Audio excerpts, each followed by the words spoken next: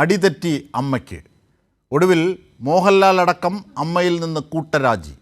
Cinema ശുദ്ധീകരണവും സ്ത്രീവിരുദ്ധത തുടച്ചു നീക്കാനുള്ള സർക്കാരിൻ്റെ നീക്കത്തിൽ സിനിമാ മേഖലയിലെ കോട്ടക്കൊത്തളങ്ങൾ തകർന്നടിയുകയാണ്. കേന്ദ്ര സഹമന്ത്രി സുരേഷ് ഗോപി അങ്ങാടിയിൽ തോറ്റതിന് മാധ്യമപ്രവർത്തകരുടെ നെഞ്ചിന് തള്ളുന്നു. അതേസമയം പരാതികൾ അന്വേഷിക്കാൻ നിയോഗിച്ച പോലീസ് സംഘം നടപടികൾ ആരംഭിക്കുന്നു. സ്ത്രീപക്ഷത്തേക്ക് നീതി ഉറപ്പാക്കാൻ ഇനിയും എന്തൊക്കെ കാണേണ്ടി വരും എന്ന മുഹൂർത്തത്തിലേക്കാണ് നാം എടുത്തെറിയപ്പെടുന്നത്. തീർച്ചയായും നമ്മുടെ ചർച്ചയെ സമ്പന്നമാക്കാൻ റജി ലൂക്കോസ്, രാജേന്ദ്രൻ പന്തളം, RS ബാബു, കിരൺ ബാബു അടക്കം നിരവധി പേർ നമ്മുടെ ചർച്ചയിലും ഒപ്പം വാർത്തയുടെ വിവരങ്ങൾ നൽകാൻ സാലി മുഹമ്മദും തുടരും. ആദ്യം സാലി മുഹമ്മദിലേക്ക് തന്നെ. സാലി, എന്തൊക്കെയാണ് ഇതുവരെയുള്ള നാൾവഴികൾ പരിശോധിക്കുമ്പോൾ നമുക്ക് മനസ്സിലാകുന്നത്? ഏറ്റവും ഒടുവിൽ ഇതാ അമ്മ പൂർണ്ണമായും ഇല്ലാതാകുന്നതിലേക്ക് നീങ്ങുകയാണ്. മീൻസ് അമ്മയുടെ നിലവിലുള്ള ഭാരവാഹികൾ മുഴുവൻ രാജിവെക്കുന്നതിലേക്ക് പോവുകയാണ്. സിദ്ദിഖിൽ തുടങ്ങിയതാണ്.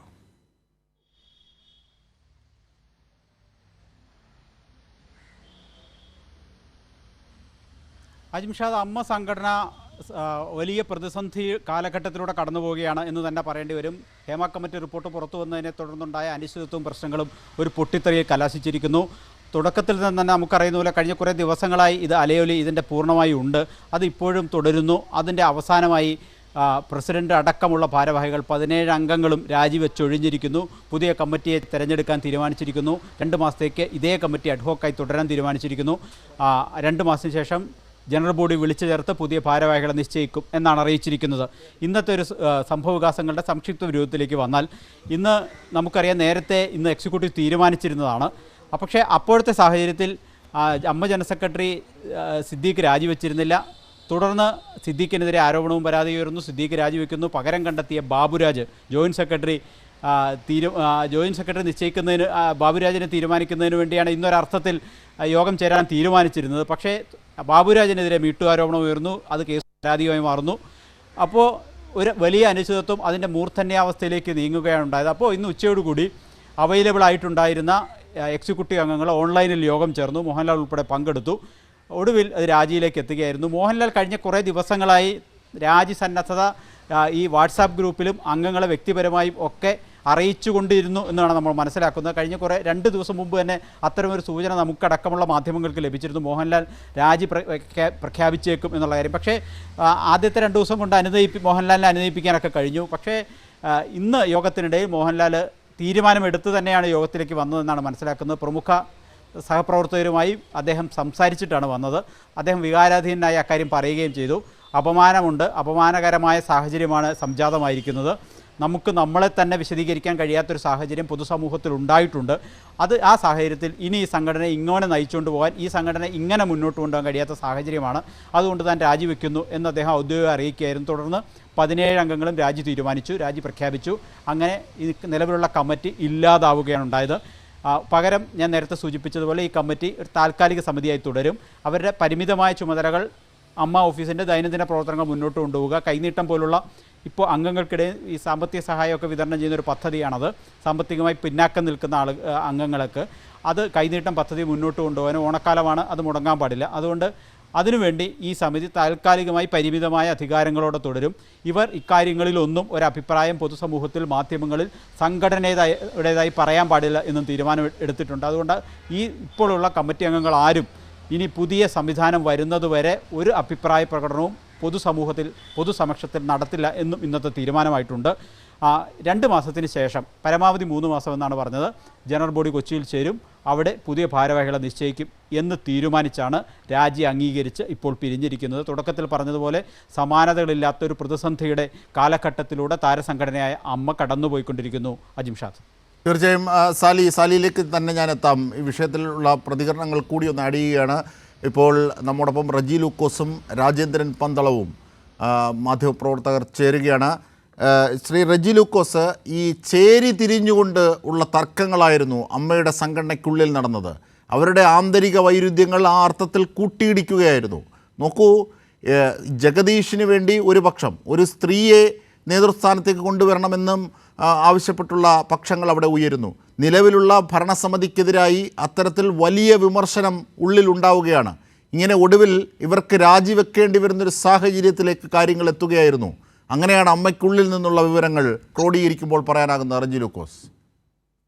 തീർച്ചയായും ഇടതുപക്ഷ ഗവൺമെന്റ് കൊണ്ടുവന്ന അല്ലെ രൂപം കൊടുത്ത ഹേമ കമ്മിറ്റി ഈ സിനിമയിലെ സമസ്ത മേഖലകളിലെ പ്രത്യേകിച്ച് അവിടുത്തെ സ്ത്രീകൾ നേരിടുന്ന പ്രശ്നങ്ങളെ കുറിച്ച് പഠിക്കാനായിട്ടുള്ള ഒരു കമ്മിറ്റിയായിരുന്നു. ആ കമ്മിറ്റി കൊടുത്ത റിപ്പോർട്ടിന്റെ ഏറ്റവും വലിയ റിഫ്ലക്ഷൻ എന്ന് പറയുന്നത് ഇപ്പോൾ ഒരു വലിയ ശുദ്ധീകരണത്തിന്റെ അല്ലെങ്കിൽ ഒരു റീഫോമിന്റെ വക്കിലേക്ക് എത്തക്ക രീതിയിൽ ആ പുതിയ കമ്മിറ്റി, ഇപ്പോഴത്തെ നിലവിലുള്ള അധികാര കമ്മിറ്റി അവർ വെച്ചൊഴിഞ്ഞിരിക്കുന്നു, രാജിവെച്ചിരിക്കുന്നു. ഇത് മലയാള സിനിമയിൽ കഴിഞ്ഞ കുറെ ദിവസങ്ങളായിട്ട് ജനങ്ങളുടെ മുമ്പിൽ അവമതിപ്പുണ്ടാക്കി ഒരുപാട് നാറ്റക്കഥകളുടെയും ചരിത്രങ്ങളുടെയും ചിത്രങ്ങളുടെയും ഒരു പര്യവസാനമായിട്ട് മാറട്ടെ എന്ന് ആഗ്രഹിക്കുന്നു. തീർച്ചയായിട്ടും പുതിയ മുഖങ്ങൾ, സ്ത്രീകൾ ഉൾപ്പെടെയുള്ള പുതിയ മുഖങ്ങൾ, നേതൃത്വശേഷിയുള്ളവര്, വ്യക്തമായ വ്യക്തിത്വം പാലിച്ചുകൊണ്ട് ഈ മേഖലയിൽ പ്രവർത്തിക്കുന്ന നടീനടന്മാർ ഇതിന്റെ നിരയിലേക്ക് വരട്ടെ. അതിനായിട്ടുള്ള വലിയ ഒരു മുന്നേറ്റമാണ് ഇപ്പോൾ നമ്മുടെ മുമ്പിൽ കാണുന്നത്. ഇപ്പോൾ അതിന്റെ നിരയിലുള്ളവർ രണ്ട് ശരിയായിട്ട് തിരിഞ്ഞെന്നുള്ള അജിംഷാദിന്റെ സൂചന 100% സത്യമാണ്. കാരണം ഈ റിപ്പോർട്ട് പുറത്തു വന്നതിന് ശേഷം പലരും പല അഭിപ്രായങ്ങളുമായിട്ട് ധൈര്യമായിട്ട് പുറത്തു വന്നിട്ടും ഈ അമ്മ ഒരു പ്രതികരണത്തിനായിട്ട് 5 ദിവസം കാത്തു നിന്നു. 5 ദിവസം. മുഖ്യമായും അവരുടെ സംഘടനയിൽ ഉൾപ്പെടുന്നവരെ കുറിച്ചായിരുന്നു ആരോപണങ്ങൾ മുഴുവനും. വ്യക്തമായ രീതിയിലും ചടുലമായ രീതിയിലും ധൈര്യപൂർവ്വം നമ്മുടെ നടികൾ കൂടുതലും രംഗത്ത് കൊണ്ടുവന്നിട്ടും വായനക്കാതെ 5 വർഷം ഈ സിദ്ദിഖ് എന്ന് പറയുന്ന അവരുടെ ജനറൽ സെക്രട്ടറിയുടെ നേതൃത്വത്തിൽ അക്ഷരം പോലും ഉണ്ടാതെ 5 ദിവസം അവർ പ്രതികരിക്കാതിരുന്നത് ആ സംഘടനയിലെ പ്രവർത്തകരോട് കാണിച്ച കടുത്ത അനീതിയായിരുന്നു. അതിനെ ചോദ്യം ചെയ്തുകൊണ്ട് ഉർവശി അതുപോലെ പിന്നെ ജഗദീഷിനെ പോലുള്ളവർ, ജയൻ ചേർത്തനെ പോലുള്ളവരൊക്കെ മുന്നോട്ട് വന്നപ്പോൾ അവർക്ക് പിടിച്ചു നിൽക്കാൻ പറ്റാത്ത അവസ്ഥയിലായിപ്പോയി. ഏകാധിപത്യത്തിന്റെ ഒരു മനോഭാവം പുലർത്തിയിരുന്ന ആ സംഘടന അതിൽ നിന്ന് മാറി ജനാധിപത്യപരമായ രീതിയിൽ ആ താരങ്ങളുടെ ക്ഷേമ പ്രവർത്തനങ്ങൾക്ക് വേണ്ടിയിട്ടും സുതാര്യമായ രീതിയിൽ ജനങ്ങളോട് ഉത്തരവാദിത്തപ്പെട്ട ജനങ്ങൾക്ക് മറുപടി വർത്തക രീതിയിലുള്ള വലിയൊരു കലാരൂപത്തിന്റെ അല്ലെങ്കിൽ ആ കലാപ്രവർത്തകരുടെ സംഘടനയായ AMMA എന്ന് പറയുന്ന സംഘടന പുതിയ ഭാവത്തിലും രൂപത്തിലും മുന്നോട്ട് വരട്ടെ. അതിനുള്ള സാധ്യതകൾ തെളിഞ്ഞിരിക്കുന്നു. ഇനി ഇവർക്ക് പഴയതുപോലെ ഉത്തരവാദിത്വം ഇല്ലാതെ പ്രവർത്തിക്കാൻ പറ്റത്തില്ല. അവിടെ അംഗത്വം നേടാനായിട്ട് സമീപിക്കുന്ന സ്ത്രീകളോട് ഒരുമാതിരി IS തീവ്രവാദികളുടെ മനോഭാവത്തിൽ അവരാണ് ആദ്യമായിട്ട് സ്ത്രീകളെ സിറിയയിൽ അജിംഷാദ് അറിയാമല്ലോ, അവർക്ക് അടിമകളാക്കി വെച്ചുകൊണ്ടിരുന്ന കഥകളൊക്കെ നമുക്ക് നേരത്തെ അറിയാം. കച്ചവടം ചെയ്യുന്ന കഥകളൊക്കെ അറിയാം. ഏതാണ്ട് തീവ്രവാദ സംഘടന അല്ലെങ്കിൽ അതിനോട് സാദൃശ്യപ്പെടുത്തുന്ന രീതിയിൽ തങ്ങൾക്ക് വഴങ്ങിയെങ്കിൽ മാത്രമേ അംഗത്വം തരുകയുള്ളൂ. അങ്ങനെ വഴങ്ങാത്തവർക്ക് അവർ അംഗത്വം കൊടുക്കാതെ അവരെ പറഞ്ഞു വിട്ട കഥകളൊക്കെ കേട്ടപ്പോൾ കേരളീയ പൊതുസൂപ്പർ ടിക്കറ്റ് എടുത്ത് തിയേറ്ററിൽ കയറുന്ന ആ കേരളത്തിലെ സിനിമാ പ്രേമികൾ ഏറ്റവും കൂടുതൽ മലയാളികൾ ഇഷ്ടപ്പെടുന്ന ഒരു കലാരൂപ സിനിമ തന്നെയാണ് മൂക്കത്ത് വിരൽ വെച്ച്. അത് മാറട്ടെ. അതിൽ ഒരു ചെറിയ ശതമാനത്തിന്റെ പേരിൽ മാത്രമേ ഉള്ളൂ ഈ പഴികൾ മുഴുവനും പുറത്തു വന്നിട്ടുള്ളൂ, ആരോപണങ്ങൾ വന്നിട്ടുള്ളൂ. ബാക്കി ഇപ്പുറത്തുള്ള വലിയൊരു സിനിമാ പ്രവർത്തകർ വളരെ സംശയത്തോടുകൂടി തന്നെ ആ സംഘടനയോടൊപ്പം നിന്നുകൊണ്ട് തന്നെ കലാപ്രവർത്തനങ്ങൾ നടത്തുന്നത് അവരെ പോലും സംശയത്തിന്റെ നിഴലിലാക്കി. കഴിഞ്ഞ കുറെ ദിവസങ്ങളായിട്ട് സാമൂഹ്യ മാധ്യമങ്ങളിൽ വരുന്ന ട്രോളുകളും വാർത്തകളും കേട്ടാൽ മുഖം തിരിക്കാൻ പോലും തോന്നുന്നു. അത്രയ്ക്ക് അറപ്പുളവാക്കുന്ന കാഴ്ചകളാണ്. അത്രയ്ക്കൊന്നും പഴികേറേണ്ട ഒരു മേഖലയല്ല സിനിമ. അത് വളരെ വ്യക്തമാണ്. അത്രയ്ക്ക് പഴികേറേണ്ട മേഖലയൊന്നുമല്ല. നമ്മുടെ യുവാക്കളും മുൻകാല നമ്മുടെ നടീനടന്മാരുടെ പ്രവർത്തനങ്ങളൊക്കെ നോക്കുമ്പോൾ സിനിമ വളരെ മറ്റേതൊരു മേഖലയിലുള്ള മോശമായ പ്രവർത്തനങ്ങൾക്കൊപ്പം അല്ലാതെ അതിൽ കൂടുതലൊന്നും അവിടെ സംഭവിച്ചിട്ടില്ല. പക്ഷെ സിനിമയാകുമ്പോൾ ജനം പ്രതികരിക്കും. കാരണം അവരുടെ ഏറ്റവും വലിയ അവർ ആരാധിക്കുന്ന നടീനടന്മാരുടെ ഭാഗത്തു നിന്നും അല്ലാത്തവരുടെ ഭാഗത്തു നിന്നും തെറ്റുകൾ വരുമ്പോൾ അവർ പ്രവർത്തിക്കും, അവർ ഓഡിറ്റ് ചെയ്യും. അവരുടെ ഓഡിറ്റിങ്ങിന് വിധേയമാകത്തക്ക രീതിയിലുള്ള ഒരു നല്ല സംഘടനയായിട്ട് അത് മുന്നോട്ട് വരട്ടെ. ബഹുമാനപ്പെട്ട മോഹൻലാലിനെ പോലുള്ളവർ ഇന്ന് പ്രകടിപ്പിച്ച അല്ലെങ്കിൽ അദ്ദേഹം പ്രകടിപ്പിച്ചതായിട്ട് വാർത്തകൾ വരുന്നതനുസരിച്ചാണെന്നൊരു വിഷമം തോന്നുന്നു. അനശ്വരനായ അദ്ദേഹത്തെ പോലുള്ള കലാകാരന്മാരെ, മമ്മൂട്ടിയെ പോലുള്ള കലാകാരന്മാരെല്ലാം കേരളത്തിലെ സാമൂഹ്യ മാധ്യമങ്ങളിൽ സംശയത്തിന് നിഴലിലായിരുന്നു. അതുകൊണ്ട് അതിനൊരു മാറ്റം വരും. സിനിമ പുതിയ തലങ്ങളിലേക്ക് ഭാവത്തിലും രൂപത്തിലും. ശ്രീ രാജേന്ദ്രൻ പന്തളം, പാണ്ഡൻ നായുടെ പല്ലിന് ശൗര്യം പണ്ടേ പോലെ ഫലിക്കുന്നില്ല, പണ്ടിവൻ ഒരു കടിയാലൊരു പുലിയെ കണ്ടിച്ചതു ഞാൻ കണ്ടറിഞ്ഞേൻ. കുഞ്ചൻ നമ്പ്യാർ, അതായത് പുരുഷ മേധാവിത്വത്തിന്റെ തണ്ടല്ലുകൾ ഒടിച്ചുകൊണ്ട് സിനിമാ മേഖലയെ വിപ്ലവകരമായ മാറ്റത്തിലേക്ക് നയിക്കുന്നതിൻ്റെ സൂചനകളാണ് കണ്ടു തുടങ്ങുന്നത്. ഇതിലേക്ക് നയിച്ചത് എങ്ങനെയാണ്? ഇതിലേക്ക് നയിച്ച പാത ഏതാണ്? രാജേന്ദ്രൻ പന്തളം. തീർച്ചയായും ജിംഷാദ് പറഞ്ഞതിനോടും നേരത്തെ റെജി ലൂക്കോസ് പറഞ്ഞതിനോടും പൂർണ്ണമായിട്ട് ഞാൻ യോജിക്കുക. പെൺവിവാണിഭത്തിന് കൂട്ടുനിന്ന ഒരു ഭരണസമിതിയാണ് ഉണ്ടായിരുന്നത്, കുറച്ചു പേരെങ്കിലും ഉണ്ടായിരുന്നെങ്കിൽ എന്നുള്ളതാണ് തെളിഞ്ഞിരിക്കുന്നത്, പുറത്തു വന്നിരിക്കുന്നത്. അപ്പൊ അവര് ആ അധികാര കസേരയിലിരിക്കാൻ ഒട്ടും യോഗ്യരല്ല എന്നുള്ളത് തെളിഞ്ഞിരിക്കുകയാണ്. ഭരണസമിതി 17 അംഗ സമിതിയെ പിരിച്ചുവിട്ടത് പൂർണ്ണമായും അത് ധാർമ്മികമായിട്ടുള്ള ഒരു നടപടി തന്നെയാണ്. ധാർമ്മികമായി അവർക്ക് ഈ കസേരയിൽ അമർന്നിരിക്കാൻ യാതൊരു വിധമായിട്ടുള്ള അവകാശവും ഉണ്ടായിരുന്നില്ല. അപ്പൊ മോഹൻലാൽ ചെയ്തത് ശരിയായിട്ടുള്ള ഒരു നടപടിയാണ്. പക്ഷേ മോഹൻലാലും മമ്മൂട്ടിയും റെജി ലൂക്കോസ് പറഞ്ഞതുപോലെ തന്നെ ഈ കഴിഞ്ഞ 5 ദിവസങ്ങളിൽ നിശബ്ദമായിരുന്നത് എന്തുകൊണ്ടാണ്? ഇത് ഈ സ്ത്രീകൾക്ക് വേണ്ടിയിട്ടുള്ള ഒരു പോരാട്ടമാണ് ഇപ്പൊ കേരളത്തിൽ നടക്കുന്നത്. ഹേമ കമ്മിറ്റി പുറത്തുവിട്ട ആ കുടത്തിൽ നിന്ന് ഇറങ്ങി വന്ന ഭൂതം സ്ത്രീകളുടെ വിമോചനത്തിനും മുന്നേറ്റത്തിനും വേണ്ടിയിട്ടുള്ള ശക്തമായിട്ടുള്ള ഒരു ജനകീയ പ്രക്ഷോഭത്തിന്റെ രൂപത്തിലേക്ക്, അല്ലെങ്കിൽ മാധ്യമങ്ങളുടെ ഒരു ഇടപെടലിന്റെ രൂപത്തിലേക്ക് വന്നപ്പോൾ പോലും കേരള സമൂഹത്തോടെ സംസ്കാരത്തോടെ ഒക്കെ ഒട്ടിച്ചേർന്ന് നിൽക്കുന്ന ജനങ്ങൾ ആരാധിക്കുന്ന മമ്മൂട്ടിയും മോഹൻലാലും കുറ്റകരമായ മൗനം പാലിച്ചത് അതിൽ ജനങ്ങൾക്ക് പ്രതിഷേധമുണ്ട്. ഇത് പിരിച്ചുവിട്ടപ്പോൾ പോലും മാധ്യമങ്ങളെ ഒന്ന് കാണാൻ മോഹൻലാൽ തയ്യാറായിട്ടില്ല. അദ്ദേഹത്തിന് വേറെ തിരക്കുകൾ ഉണ്ടായിരിക്കും. പക്ഷേ ആ തിരക്കുകളെക്കാൾ എത്രയോ പ്രധാനമാണ് കേരളീയ സമൂഹത്തെ വിശ്വാസത്തിൽ എടുക്കുക എന്നുള്ളത്. അതിന് അവർ തുരിഞ്ഞിട്ടില്ല. അപ്പോൾ ജനങ്ങൾ വിചാരിക്കുക എന്താണ്? നിൽക്കക്കള്ളിയില്ലാതെ പിരിച്ചുവിട്ടു, പറയാൻ മറുപടിയില്ല. അത് ജനങ്ങൾക്ക് ഇപ്പോൾ ഏതാണ്ട് ബോധ്യമായിട്ടുണ്ട്. ഓരോരുത്തരായിട്ട് അപമാനങ്ങൾ, അതുപോലെ തന്നെ ആരോപണങ്ങൾ ഉന്നയിച്ചുകൊണ്ടിരിക്കുകയാണ്. ഓരോ നടന്മാരായിട്ട് അപമാനങ്ങൾ ഏറ്റുവാങ്ങിക്കൊണ്ടിരിക്കുന്ന ഒരു സന്ദർഭത്തിലേക്കാണ് കേരളം പോയത്. അപ്പോഴും അമ്മ എന്ന് പറയുന്ന ഈ ശക്തമായ മാധ്യമപ്രവർത്തകരുടെ സംഘടനാ നേതാവ് ശ്രീ കിരൺ ബാബു കൂടി ഈ ഘട്ടത്തിൽ ചേരുകയാണ്. കിരൺ ബാബു, ഇതിൻ്റെ ദിശകളിൽ ഏറ്റവും പ്രധാനപ്പെട്ട ഒന്നായിരുന്നു ഇന്ന് സംഭവിച്ചത്. അതായത് സിനിമാ മേഖലയിൽ ഇത്തരം പ്രശ്നങ്ങളുണ്ടാകുന്നു, അത് മാധ്യമങ്ങളിൽ സ്വാഭാവികമായും പ്രതിഫലിക്കും. ഇതിൻ്റെ പേരിൽ കേന്ദ്ര സഹമന്ത്രി അദ്ദേഹത്തിൻ്റെ ഉത്തരവാദിത്തം മറന്ന് മാധ്യമപ്രവർത്തകരെ പിടിച്ച് തള്ളുന്ന ഇതിലേക്ക് വരെ കാര്യങ്ങളെത്തി. കിരൺ ബാബു, ഒരു സാധാരണഗതിയിൽ രാഷ്ട്രീയ പ്രവർത്തകരോ അല്ലെങ്കിൽ നേതാക്കളോ ഒക്കെ പ്രകോപനപരമായ ചോദ്യങ്ങളും ഒക്കെ പലപ്പോഴും മാധ്യമങ്ങൾക്ക് ചോദിക്കേണ്ടി വരാറുണ്ട്. മാധ്യമങ്ങളുടെ ചോദ്യങ്ങൾ എപ്പോഴും ഇഷ്ടപ്പെട്ട് എന്നിരിക്കുന്നില്ല. അതിനൊക്കെ ചിലപ്പോൾ മറുപടി പറയുകയോ മറുപടി പറയാതിരിക്കുകയോ ഒക്കെ ചെയ്യാം. അതെല്ലാം അവരുടെ സ്വാതന്ത്ര്യമാണ്. പക്ഷേ മാധ്യമങ്ങളുടെ ചോദ്യങ്ങൾ ഇഷ്ടപ്പെടാത്തതിന്റെ പേരിൽ മാധ്യമപ്രവർത്തകരെ തള്ളി മാറ്റുക, അവരെ കായികമായി അവരുടെ ശരീരത്തിൽ കൈവെക്കുക എന്ന് പറയുന്നത് ആധുനിക ജനാധിപത്യ സംവിധാനത്തിൽ ഏതെങ്കിലും രാജ്യത്ത്, കേരളത്തിലോ അല്ലെങ്കിൽ ഇന്ത്യയിലോ ലോകത്ത് എവിടെയും ഒരു പരിഷ്കൃത സമൂഹവും അംഗീകരിക്കുന്ന നിലപാടല്ല സുരേഷ് ഗോപിയുടെ ഭാഗത്തു നിന്നുണ്ടായത്. മുമ്പും അദ്ദേഹം ഈ സമാനമായ നിലപാട് എംപിയും കേന്ദ്രമന്ത്രിയും ഒക്കെ ആകുന്നതിന് മുമ്പും ഒരു വനിതാ മാധ്യമ പ്രവർത്തകരുടെ ശരീരത്തിൽ അദ്ദേഹം കൈവച്ചിരുന്നത് ഇഷ്ടമല്ല. അവർ കൈ എടുത്ത് മാറ്റിയിട്ട് വീണ്ടും അവർ കൈവെക്കുന്ന രീതി ഉണ്ടായിരുന്നു. ഇപ്പോഴും അതുതന്നെയാണ് അദ്ദേഹം സ്വീകരിച്ചത്. ഒരു ജനാധിപത്യ രീതിയിൽ ഒരു മന്ത്രിക്കോ അല്ലെങ്കിൽ പ്രതിഷേധമുണ്ടോ? ഇതിൽ പ്രതിഷേധിച്ചിട്ടുണ്ട്. സുരേഷ് ഗോപി മാപ്പ് പറയണമെന്നും അദ്ദേഹത്തിന്റെ തെറ്റ് അംഗീകരിച്ച് മാപ്പ് പറയണമെന്ന് കേരള പത്രബോധ യൂണിയൻ സംസ്ഥാന കമ്മിറ്റി തന്നെ ആവശ്യപ്പെട്ടിട്ടുണ്ട്. അദ്ദേഹം മാപ്പ് പറയണമെന്നുള്ള ആവശ്യമാണ് നമ്മുടെ. തെറ്റ് അംഗീകരിക്കാൻ തയ്യാറാണ്. മുമ്പും സമാനമായ രീതിയിൽ ഒരു മാധ്യമ പ്രവർത്തകർക്ക് നേരെ അദ്ദേഹം സമാനമായ തെറ്റ് ആവർത്തിച്ചിരുന്നു. ആ സമയത്തും നമ്മൾ കേസ് കൊടുക്കുകയും അതിൽ അദ്ദേഹത്തിന്റെ കയ്യിൽ നിന്ന് നടപടി ഉണ്ടാവണമെന്ന് ആവശ്യപ്പെട്ടു. പക്ഷെ ഇപ്പോഴും അദ്ദേഹം തിരുത്തലിന് തയ്യാറാവുന്നില്ല. മുമ്പുണ്ടായിരുന്നതിനേക്കാൾ കൂടുതൽ ഗൗരവമുള്ള ഒരു പോസ്റ്റിലാണ് ഇരിക്കുന്നത്. ഒരു ജനപ്രതിനിധിയാണ്, അതിനപ്പുറത്തേക്ക് ഒരു കേന്ദ്രമന്ത്രിയാണ്. അങ്ങനെ സ്ഥാനങ്ങൾ വഹിക്കുന്നവർ പുലർത്തേണ്ട ഒരു വലിയ ഉത്തരവാദിത്തമുണ്ട്.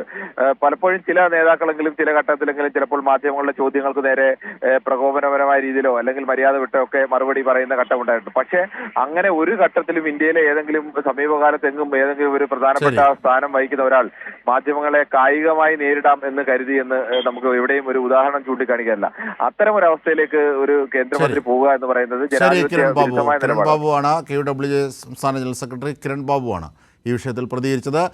തനിക്കെതിരായ ആരോപണങ്ങൾ നിഷേധിച്ച് മുകേഷ് MLA തന്നെ ബ്ലാക്ക് മെയിൽ ചെയ്യാനുള്ള ശ്രമമാണ് നടക്കുന്നതെന്ന് മുകേഷ്. വിഷയത്തിൽ ശക്തമായ നിയമ നടപടിയുമായി മുന്നോട്ട് പോകുമെന്നാണ് മുകേഷ് അറിയിച്ചിരിക്കുന്നത്. വിവരങ്ങളുമായി ഷീജ ആയിരുന്നു. ഷീജ, എന്തൊക്കെയാണ് മുകേഷ് MLA പറഞ്ഞ കാര്യങ്ങൾ?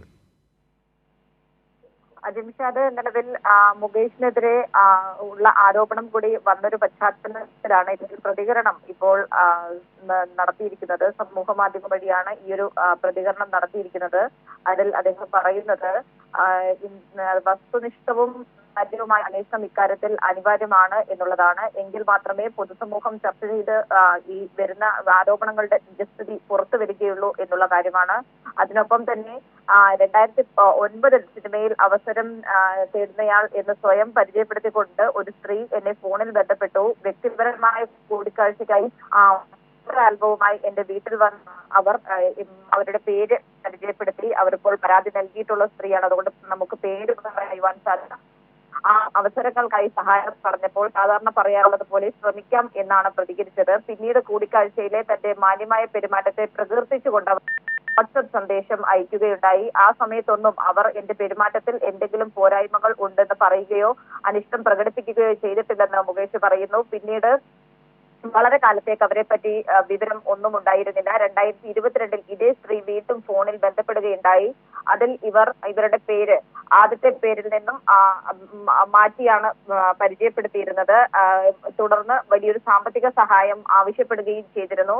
എന്നാൽ ഞാൻ നിസ്സഹായനാണെന്ന് അറിയിച്ചപ്പോൾ 1 ലക്ഷമെങ്കിലും മതിയെന്നുള്ളൊരു ആവശ്യമാണ് അവർ മുന്നോട്ട് വെച്ചത്. ഈ തുക ആവശ്യപ്പെട്ടുകൊണ്ട് വാട്സപ്പിൽ സന്ദേശം അയക്കുകയും ചെയ്തതായി മുകേഷ് പറയുന്നു. ഞാൻ പണം നൽകാതിരുന്നതിനെ തുടർന്ന് ഒരു പ്രത്യേക സമുദായത്തിലെ ആളുകളോട് ഇക്കാര്യത്തിൽ ഇടപെടാൻ ആവശ്യപ്പെട്ടതായി ഈ സ്ത്രീ മറ്റൊരു സന്ദേശത്തിൽ അറിയിക്കുകയും ചെയ്തു. പക്ഷേ കുറച്ച് ദിവസങ്ങൾക്ക് ശേഷം ഇതിന്റെ ഭർത്താവ് എന്നവകാശപ്പെട്ട് ഫോണിൽ വിളിച്ച് മറ്റൊരാളും വൻ തുക ആവശ്യപ്പെടുകയുണ്ടായി. പണം ആവശ്യപ്പെട്ട് നിരന്തരം ബ്ലാക്ക്മെയിൽ ചെയ്ത ഈ സംഘം ഇപ്പോൾ അവസരം ലഭിച്ചപ്പോൾ തനിക്കെതിരെ തിരിച്ചിരിക്കുകയാണ് എന്നാണ് മുകേഷ് പറയുന്നത്.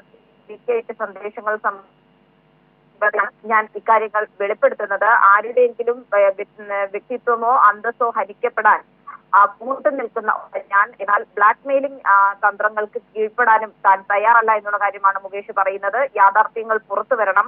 ആരോപണങ്ങളുടെ പുകമറ സൃഷ്ടിച്ചുകൊണ്ട് മറ്റുള്ളവരുടെ ജീവിതം തകർക്കാൻ കെണിവെക്കുന്നവരെ ഒറ്റപ്പെടുത്തുക തന്നെ ചെയ്യണം. അതുകൊണ്ട് ഇത്തരക്കാർക്കെതിരെ ശക്തമായ നിയമ നടപടിയുമായി മുന്നോട്ട് പോകും എന്നാണ് മുകേഷ് വ്യക്തമാക്കുന്നത്.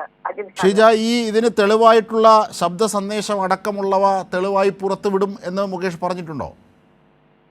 ഇതിൽ വ്യക്തമായിട്ടുള്ള തെളിവുകൾ തന്റെ പക്കലുണ്ട് എന്ന് തന്നെയാണ് മുകേഷ് പറയുന്നത്. കാരണം ഈ സ്ത്രീ തനിക്ക് അയച്ച മെസ്സേജ്, അതോടൊപ്പം തന്നെ പണം ആവശ്യപ്പെട്ടുകൊണ്ട് ഫോണിൽ വിളിച്ചിട്ടുണ്ട്. ഇക്കാര്യങ്ങൾ എല്ലാം തന്റെ ഫോണിൽ തെളിവായി നിലനിൽക്കുന്നുണ്ട്. അതുകൊണ്ട് നിയമപരമായി മുന്നോട്ട് പോകാൻ തന്നെയാണ് മുകേഷ് നിലവിൽ ഇപ്പോൾ തീരുമാനിച്ചിരിക്കുന്നത്. തീർച്ചയായും മുകേഷ് MLA കാര്യങ്ങൾ വിശദീകരിക്കുന്നു. തനിക്കെതിരെ ഇപ്പോൾ നടക്കുന്നത് ബ്ലാക്ക് മെയിലിംഗ് ആണ്. തെറ്റായ വിവരങ്ങൾ മുമ്പിൽ തെറ്റായ വിവരങ്ങൾ നിരത്തി ബ്ലാക്ക് മെയിലിങ്ങിനുള്ള ശ്രമമാണ് ഇപ്പോൾ ചില കോണുകളിൽ നിന്ന് നടക്കുന്നത്. അതിനുള്ള തെളിവുകളൊക്കെ തൻ്റെ പക്കലുണ്ട്. ഇത്യാദി കാര്യങ്ങളാണ് മുകേഷ് MLA വിശദീകരിക്കുന്നത്. ഈ ബ്ലാക്ക് മെയിലിങ്ങിന് കീഴടങ്ങില്ല എന്നും മുകേഷ് MLA പറയുന്നു. ഒരുപക്ഷെ രാഷ്ട്രീയമായി കൂടി അദ്ദേഹത്തെ ഇല്ലാതാക്കാനുള്ള ശ്രമം ബോധപൂർവമായി നടക്കുന്നു എന്നതിൻ്റെ കൂടി സൂചനയാണ് മുകേഷ് ഇപ്പോൾ പറയുന്ന കാര്യങ്ങളിൽ നിന്നും വ്യക്തമാക്കുന്നത്. റജി ലൂക്കോസിലേക്കൊന്ന് പോയാൽ, റജി, ഈ ഏറ്റവും പ്രധാനപ്പെട്ട ഒരു വസ്തുതയാണ് മുകേഷ് ഇപ്പോൾ പറയുന്നത്. കാരണം തൻ്റെ പക്കൽ തെളിവുകളുണ്ട്. തീർച്ചയായിട്ടും അജിംഷാദെ, ഒരു സംശയമില്ല കാര്യത്തിൽ. മുകേഷ് MLA കേരളം വയറെ ഇഷ്ടപ്പെടുന്ന ഒരു കലാകാരനാണ്. കലാപാരമ്പര്യമുള്ള ഒരു വീട്ടിൽ നിന്ന് വരുന്ന ആളാണ്. അത് തീർച്ചയായിട്ടും അദ്ദേഹം പറഞ്ഞത് ശരിയാണെന്നുണ്ടെങ്കിൽ അത് ശരിയാണെന്ന് ഞാൻ വിശ്വസിക്കുകയാണ്. അതിശക്തമായ നടപടികൾ, നിയമ നടപടികളായിട്ട് മുന്നോട്ട് പോകണം. ബ്ലാക്ക് മെയിലിംഗ് എന്ന് പറയുന്നത് അദ്ദേഹത്തിനെതിരെ ഇവിടെ ചില യൂട്യൂബുകാരും അവരുടെ കണ്ടതുപോലെ തന്നെ, അവർ നേരിൽ കണ്ടതുപോലെ തന്നെ, ഞാൻ ഇന്നലെ രാത്രിയിൽ ഇരുന്ന് കണ്ടപ്പോൾ തന്നെ ഞാൻ അടുങ്ങിപ്പോയി. കാരണം എങ്ങനെ ഇവർക്ക് ഇത് പറയാതെ കൊണ്ടിരുന്നു. ഭാവനയിൽ നിന്നും സങ്കല്പത്തിൽ നിന്നൊക്കെ മെനഞ്ഞുകൊണ്ട് അദ്ദേഹത്തിനെ വ്യക്തിഗത ചെയ്തുകൊണ്ട് ചില യൂട്യൂബിലൊക്കെ ചിലതൊക്കെ 1-2 എൻ്റെ ഉണ്ട് അവർ ഇട്ടിരിക്കുന്ന യൂട്യൂബുകാരുടെ യൂട്യൂബ് തട്ടിപ്പ് കഥകള്. അപ്പൊ അദ്ദേഹം ഇതിനെതിരെ ഫൈറ്റ് ചെയ്യണം. കേരളീയ പൊതുസമൂഹം അദ്ദേഹത്തിനോടൊപ്പം ഉണ്ടോ? അദ്ദേഹത്തിന്റെ ഉദ്ദേശശുദ്ധി, അദ്ദേഹത്തിന്റെ നിലപാടുകൾ ശരിയാണെന്നുണ്ടെങ്കിൽ, ശരിയാണെന്ന് ഞാൻ ഉറച്ചു വിശ്വസിക്കുന്നു. കാരണം അദ്ദേഹത്തിന്റെ വാക്കുകൾ അതിന് തെളിവാ. അദ്ദേഹത്തിന്റെ വർഷങ്ങൾക്ക് മുമ്പ് നടന്ന സംഭവത്തിന്റെ തെളിവുകൾ ശബ്ദരേഖയായിട്ടും വാട്സാപ്പ് സന്ദേശമായിട്ടും അദ്ദേഹത്തിനുണ്ടെങ്കിൽ കഴിഞ്ഞ കുറെ മണിക്കൂറുകളായിട്ട് 1-2 ദിവസമായിട്ട് മുകേഷ് എന്ന് പറയുന്ന നടനെ, അതിലുപരിയായിട്ട് ഇടതുപക്ഷ ജനാധിപത്യ മുന്നിലെ കരുത്തനായ CPM-ന്റെ MLA ഈ രീതിയിൽ തേക്കാൻ വേണ്ടിയിട്ട് ഉള്ള ശ്രമം ഒരിക്കലും അംഗീകരിക്കാൻ പാടില്ല. അത് തന്നെയല്ല, പ്രതിപക്ഷത്തെ കുറെ ആളുകൾ, പ്രതിപക്ഷ നേതാവ് ഉൾപ്പെടെയുള്ള ആളുകൾ അദ്ദേഹത്തിനെതിരെ നടത്തിയ പ്രതികരണങ്ങൾ എന്ന് നോക്കിയാൽ അവരുടെ യുവജന സംഘടനയുടെ നേതാക്കന്മാർ ഏതെല്ലാം രീതിയിലാണ് ആ മനുഷ്യനെ വ്യക്തിഹത്യ നടത്തിയത്. അവരുടെ പെരുമ്പാവൂർ MLA പോലെയോ വിഴിഞ്ഞ MLA പോലെയുള്ള എന്തെങ്കിലും പരാതികൾ അദ്ദേഹത്തിനെ കുറിച്ച് തെളിവ് സഹിതം ഉണ്ടായിട്ടുണ്ടോ? അദ്ദേഹം ജയിലിൽ കിടന്നിട്ടുണ്ടോ? അദ്ദേഹത്തിന്റെ പേരിൽ ഏതെങ്കിലും സ്ത്രീ തെളിവ് സഹിതം കോടതിയെ പോലീസിനെ സമീപിച്ചിട്ടുണ്ടോ? തെളിവില്ലാതെ കണ്ട് അന്തരീക്ഷത്തിൽ നിന്നുള്ള പരാതി മാത്രമല്ലേ ഉണ്ടായിട്ടുള്ളൂ. അപ്പൊ സ്വാഭാവികമായിട്ട് ഒരിക്കലും വെച്ചുറപ്പിക്കാൻ പാടില്ല. ഇതിനെതിരെ ശക്തമായ നടപടിയായിട്ട് ബഹുമാനപ്പെട്ട മുകേഷ് MLA മുന്നോട്ട് പോകണം. അങ്ങേക്കൊപ്പം കേരളത്തിൽ നിഷ്പക്ഷരായിട്ടുള്ള പൊതുസമൂഹത്തിന്റെ പ്രതിനിധികളായിട്ടുള്ളവര് അങ്ങേക്കൊപ്പം ഉണ്ടാവും. ഒരു തർക്കമില്ല. ഇത് കേരളത്തിൽ വെച്ചുറപ്പിക്കാൻ പറ്റത്തില്ല അജിംഷാദെ. ഏതെങ്കിലും ഒരാൾക്ക് എന്തെങ്കിലും തോന്നിക്കഴിഞ്ഞാൽ ആരെയും അവഹേളിക്കുക, അധിക്ഷേപിക്കുക, കള്ളക്കഥകൾ നികത്തി അദ്ദേഹത്തിനോടൊപ്പം അദ്ദേഹത്തിന്റെ കുടുംബത്തിനെ തകർക്കുന്ന കുറെ എണ്ണമുണ്ട് കേരളത്തിൽ. ഇവന്മാരെ എല്ലാം നിയമത്തിന് മുമ്പിൽ കൊണ്ടുവരണം. ഒരു തർക്കമില്ല. ഒരു നീതിപീഠവും ഇവരുടെ മുമ്പിൽ ഇവർക്ക് അനുകൂലമായിട്ട് വരേണ്ടത് തെളിവുകളുണ്ടെങ്കിൽ നീതിപീഠം അങ്ങനെ വരുമെന്ന് ഞാനും വിശ്വസിക്കുന്നില്ല. ഇത് വളരെ കർശനമായി നേരിടേണ്ട ഒരു നിലപാടുകളാണ്. അതേസമയം അപ്പുറത്ത് അത് ഒന്ന് ആലോചിച്ച് നോക്കിയേ, UDF-ന്റെ 2 MLA-മാര് ഗുരുതരമായ തെളിവുകൾ സഹിതം, ഒരാൾ ജയിലിൽ കിടക്കുകയും മറ്റൊരാൾ ഒരു സ്ത്രീ പരസ്യമായിട്ട് വന്ന് അവർ തെളിവ് സഹിതം അവരെ പിന്നെ കോടതി കൊടുക്കുകയും അതിന്റെ പേരിൽ അന്വേഷണം നടത്തുമ്പോൾ ജാമ്യം നിൽക്കുകയും ചെയ്തിട്ടുണ്ട്. അവരൊന്നും രാജിവെക്കാതെ ഇവിടെ MLA ആയിട്ട് തുടരുന്നുണ്ട്. അപ്പോഴാണ് ഈ മുകേഷ് എന്ന് പറയുന്ന കേരളം ആദരിക്കുന്ന ഒരു കലാകാരൻ, കലാപാരമ്പര്യമുള്ള കുടുംബത്തിൽ നിന്ന് വന്ന ഒരാള്, ഓ മാധവന്റെ മകൻ, അദ്ദേഹത്തിന്റെ അമ്മ പോലും കലാകാരി, ആ കുടുംബ പാരമ്പര്യം അത് തന്നെയാ. അതേ ഒരു കലാകാരൻ എന്നുള്ളൊരു സൗഹാർദ്ദപരമായിട്ട് ഇപ്പോൾ നടൻ ജോയി മാത്യു മാധ്യമങ്ങളെ കാണുകയാണ് തത്സമയം. ഇങ്ങോട്ട് ആവശ്യപ്പെട്ടതല്ലോ എന്നെ പ്രസിഡന്റ് ആക്കൂ എന്ന് പറഞ്ഞ് പുറകെ നടന്നല്ല, നമ്മൾ അദ്ദേഹത്തെ പുറകെ നടക്കുക ചെയ്ത്. കാരണം ഞാൻ ഇപ്പോൾ നമ്മൾ ഒരു സ്റ്റേജ് ഷോ അല്ലെങ്കിൽ ഒരു പ്രോഗ്രാം ഒക്കെ നടക്കുകയാണെങ്കിൽ ഇപ്പം ഞാനോ അതുപോലുള്ള ആൾക്കാരോ സ്റ്റേജ് ഷോയിൽ നിന്നിട്ട് കാര്യമുണ്ടോ? നിങ്ങൾ ചാനലുകാർ വാങ്ങൂല. അത് മോഹൻലാലും മമ്മൂട്ടിയൊക്കെ തന്നെ വേണം. അപ്പോൾ നമുക്ക് ഈ മറ്റുള്ള പാവപ്പെട്ട, അതായത് വളരെ കുറഞ്ഞ പ്രതിഫലത്തിലൊക്കെ ജീവിക്കുന്ന ഒരുപാട് ആർട്ടിസ്റ്റുകളുണ്ട്. ഇവരുടെയൊക്കെ സാമ്പത്തിക ക്ഷേമം എന്ന് പറഞ്ഞാൽ മോഹൻലാലും മമ്മൂട്ടിയെ പോലുള്ള വലിയ സ്റ്റാഴ്സ് നമ്മുടെ കൂടെ നിൽക്കുന്നുണ്ടാണ്. അല്ലാതെ കുറേ നമ്മളെ ഭാഗത്ത് കുറേ ഒരു ഇടത്തരക്കാർ നിന്നാലൊന്നും നിങ്ങൾ ചാനലുകാർ വാങ്ങൂല. അപ്പോൾ അതിൽ നിന്ന് കിട്ടുന്ന വരുമാനമാണ് ഞങ്ങളുടെ റവന്യൂ. മെമ്പർഷിപ്പ് മാത്രമല്ല. ശരശയ്യ എന്നുള്ളത് പൂമത്തില്ലേ? ആരാ പറഞ്ഞ ശരശയ്യ? ഇത് പൂമത്തില്ലേ? പിന്നെന്താ, ചില ആരോപണങ്ങൾ വരുന്നുള്ളൂ. അപ്പോഴത്തേക്ക് ഒന്നോ രണ്ടോ ശരങ്ങൾ അതിന് ശരശയ്യാക്കണോ? അല്ല, പക്ഷെ എല്ലാവരും ചോദിക്കുന്നത് മോഹൻലാൽ എവിടെ, മോഹൻലാൽ എന്തുകൊണ്ട് പ്രതികരിക്കുന്നില്ല, മമ്മൂട്ടി എവിടെ, മമ്മൂട്ടി എന്തുകൊണ്ട് പ്രതികരിക്കുന്നില്ല? അല്ല, അവർക്കൊക്കെ വേണ്ടിയില്ലേ ഞങ്ങൾ എക്സിക്യൂട്ടീവ് മെമ്പേഴ്സ് സംസാരിക്കുന്നത്? പ്രതിനിധി ഇപ്പോൾ സർക്കാരിൻ്റെ എല്ലാ കാര്യങ്ങളും മുഖ്യമന്ത്രിയാണ് പറയുക, അല്ലല്ലോ മറ്റു പല മന്ത്രിമാരും പറയും. പ്രധാന കാര്യങ്ങൾ മുഖ്യമന്ത്രി തന്നെ. പ്രധാന കാര്യം ഇത് അത്ര പ്രധാനമായിട്ടില്ല. ഏയ് ഇതിലും വലിയ വരാൻ, ഇതിനേക്കാൾ വലിയൊരു പ്രശ്നം മലയാള സിനിമയിൽ വരാനുണ്ടോ? പിന്നെ ഇതിലും വലിയ പ്രശ്നങ്ങൾ വന്നിട്ടില്ല. ദിലീപിന്റെ പ്രശ്നം എന്താ മോശം? അല്ലാതെ ദിലീപിന്റെ ഒറ്റപ്പെട്ട വ്യക്തി മാത്രം അയാൾ അമ്മയുടെ ട്രഷറർ ചെയ്തെന്ന്, അതിനേക്കാൾ വലിയ പ്രശ്നം നല്ലത് ആണോ? അല്ലാതെ അയാൾ ഒറ്റപ്പെട്ട രീതിയിൽ ഇടപെട്ടതാണ്. അയാൾ ഉണ്ടാക്കിയ പ്രശ്നത്തെക്കാൾ വലുതാണോ ഇത്? ആലോചിച്ച് നോക്ക്. എന്താന്ന് പറയുന്നത്? ഈ അസോൾട്ടുകളെല്ലാം ഏതാണ്ട് ഒന്ന് തന്നെയാണ്. അല്ല, ഡിഫറൻ്റ് ആണ്. ഇപ്പം മുകേഷിനെതിരെ വന്നിരിക്കുന്നതും ഒക്കെ ഡിഫറൻ്റ് ആണ്. മറ്റേ ക്രൈമിന്റെ വലിപ്പം എന്താ? അതിൽ കോൺസ്പിറസിയാണ് ദിലീപിനെതിരെ. അത് നിങ്ങൾ ആ വിഷയത്തിലേക്ക് നമ്മൾ പോകുന്നില്ല, കാരണം നിങ്ങൾ പഠിച്ചിട്ട് വരേണ്ടത്. അല്ല, ഞാൻ പറഞ്ഞ അങ്ങനെ വരുമ്പോഴത്തേക്ക് ഇതൊന്നും അത്ര വലിയ ഒരു സംഘടനയെ തകർക്കാൻ പോകുന്ന ശക്തമായ ശരമൊന്നുമല്ല. ഓർക്കം ചെയ്യാവുന്നുള്ളൂ. ഇതൊക്കെ ഇനി പോലീസ് കേസ് വരണം, കേസ് വന്ന് അന്വേഷണം വരണം, കോടതിയിലെത്തണം, ഇതൊക്കെ കാര്യങ്ങളില്ല. ഒരുപാട് പ്രൊസീജിയേഴ്സ് ഉണ്ട്. ഈ പുതിയ കോൺക്ലേവില്ല. കോൺക്ലേവിനോട് എനിക്ക് യോജിപ്പില്ല. തട്ടിക്കൂട്ട് പരിപാടിയാണ്. 4.5 കൊല്ലം ഈ കമ്മിറ്റി റിപ്പോർട്ട് പൂർത്തീകരിച്ച ആൾക്കാരല്ലേ? ജോയി മാത്യു ആണ് അദ്ദേഹത്തിൻ്റെ അഭിപ്രായങ്ങൾ പറഞ്ഞത്. ഞാൻ തിരിച്ച് രാജേന്ദ്രൻ പന്തളത്തിലേക്ക് കൂടി ഒന്ന് വരികയാണ്. രാജേന്ദ്രൻ പന്തളം, ഈ സിനിമാ മേഖലയിൽ സ്ത്രീവിരുദ്ധമായ സമീപനങ്ങളുണ്ട്. അതിന് ഔദ്യോഗികവും നിയമബന്ധിതവുമായ ശ്രമങ്ങളാണ് സർക്കാരിൻ്റെ ഭാഗത്തുനിന്നുണ്ടായത്, തുടരുന്നത്. അത് ശരിയാണ്. പക്ഷേ ഇതിനെ മുതലെടുത്തുകൊണ്ട് പലരും പല വിധത്തിലുമുള്ള വ്യക്തിഹത്യകളിലേക്ക് പോകുന്ന അവസരങ്ങളുമുണ്ട് ഇതിനെ മുതലെടുക്കുന്നത്. അതിനെയും നാം തിരിച്ചറിയേണ്ടതുണ്ട്. അപ്പോൾ സമഗ്രമായൊരു ജാഗ്രതയാണ് വേണ്ടത്, വൈകാരികമാകാതെ, അല്ലേ? അതല്ലേ വേണ്ടത് ശ്രീ രാജേന്ദ്രൻ? തീർച്ചയായിട്ടും വൈകാരികമാകാൻ പാടില്ല, രാഷ്ട്രീയമാകാനും പാടില്ല. അതാണ് വളരെ പ്രധാനം. ഇപ്പൊ മുകേഷിന്റെ കാര്യമാണ് നമ്മൾ സംസാരിച്ചു വന്നത്. മുകേഷ് തീർച്ചയായിട്ടും ശുദ്ധനാണെങ്കിൽ അദ്ദേഹം തന്നെ കേസ് കൊടുത്ത് തെളിയിക്കട്ടെ. അത് തന്നെയാണ് വേണ്ടത്, അത് ചെയ്യണം. ഇപ്പോ നമ്മൾക്ക് നേരത്തെ കേന്ദ്രമന്ത്രിയായിരുന്ന MJ അക്ബർ രാജിവെച്ചു, ട്രയൽ നേരിട്ടു, അദ്ദേഹത്തിന് ജയിലിൽ പോകേണ്ടി വന്നു. ഗോവയിൽ വെച്ചുള്ള ഒരു സംഭവത്തിന്റെ പേരില് അദ്ദേഹം, നമ്മൾ അറിഞ്ഞില്ല, അഗ്നിശുദ്ധനായി പുറത്തു വന്നല്ലോ ആ കേസിൽ നിന്ന്. അതുപോലെ തരുൺ തേജ്പാൽ, അദ്ദേഹത്തിനെതിരെ ഇതുപോലെ കേസ് വന്നു. ആ കൊടുത്തിരുന്നത് പ്രിയാമണിയാണ്. പ്രിയാമണിക്കെതിരെ അദ്ദേഹം കേസ് കൊടുത്തു. ഇപ്പൊ അദ്ദേഹത്തിന്റെ പേരിൽ ഒരു ക്ലീൻ ചിറ്റ് അദ്ദേഹത്തിന് കൊടുത്തു കഴിഞ്ഞല്ലോ, അക്വിറ്റ് ചെയ്ത് കഴിഞ്ഞല്ലോ അദ്ദേഹത്തിന്. പ്രിയാമണിക്കെതിരെയുള്ള കേസ് ഇപ്പോഴും നിലനിൽക്കുക. അതുപോലെ ചെയ്യാം, മുകേഷിന് തീർച്ചയായിട്ടും അങ്ങനെ ചെയ്യാം. പക്ഷേ അധികാര സ്ഥാനത്തിരുന്നു കൊണ്ടായിരിക്കരുത്, MLA ആയിരുന്നു കൊണ്ടായിരിക്കരുത്. MLA സ്ഥാനം രാജിവെക്കണം. ഇപ്പൊ ഈ മോഹൻലാൽ കാണിച്ചതുപോലെ ഇവരെല്ലാം രാജിവെച്ചതുപോലെ തന്നെ അദ്ദേഹം പുറത്തു നിന്നിട്ട് ആയിരം പറയണം. അല്ലാതെ രാഷ്ട്രീയം പറയല്ല. അതുപോലെ തന്നെ നേരത്തെ പറഞ്ഞൊരു വാക്ക്, അദ്ദേഹം വലിയ കലാകാരനാണ്. എത്ര വലിയ കലാകാരനായാലും തെറ്റ് ചെയ്തിട്ടുണ്ടെങ്കിൽ തെറ്റാണ്, കുറ്റം ചെയ്തിട്ടുണ്ടെങ്കിൽ കുറ്റമാണ്. അതുപോലെ ഇവിടെ ജോയി മാത്യു പറഞ്ഞു, അമ്മ വലിയൊരു സംഘടന. MLA എന്ന് പറയുന്നത് ഒരു അധികാര സ്ഥാനമല്ല, അതൊരു ജനപ്രാതിനിധ്യമാണ്. അപ്പോൾ അതിന് ഒരു മന്ത്രി അല്ലെങ്കിൽ അങ്ങനെയുള്ള പദവികളിൽ നിന്ന് വ്യത്യസ്തമാണ്. അത് ജനപ്രതിനിധിയാണ്. അതിന് വേറൊന്നാണുള്ളത്. അതിലേക്ക് പോകുന്നില്ല. പക്ഷേ തെളിവുകൾ അദ്ദേഹം പുറത്തുവിടും. അതായത് ഓഡിയോ സന്ദേശങ്ങളും മെസ്സേജുകളും ഉണ്ട്, സാമ്പത്തികമായ സഹായം ചോദിച്ചതടക്കം? തീർച്ചയായിട്ടും അദ്ദേഹം അഗ്നിശുദ്ധനായിട്ട് പുറത്തു വരട്ടെ, കേസ് കൊടുക്കുക തന്നെ ചെയ്യണം.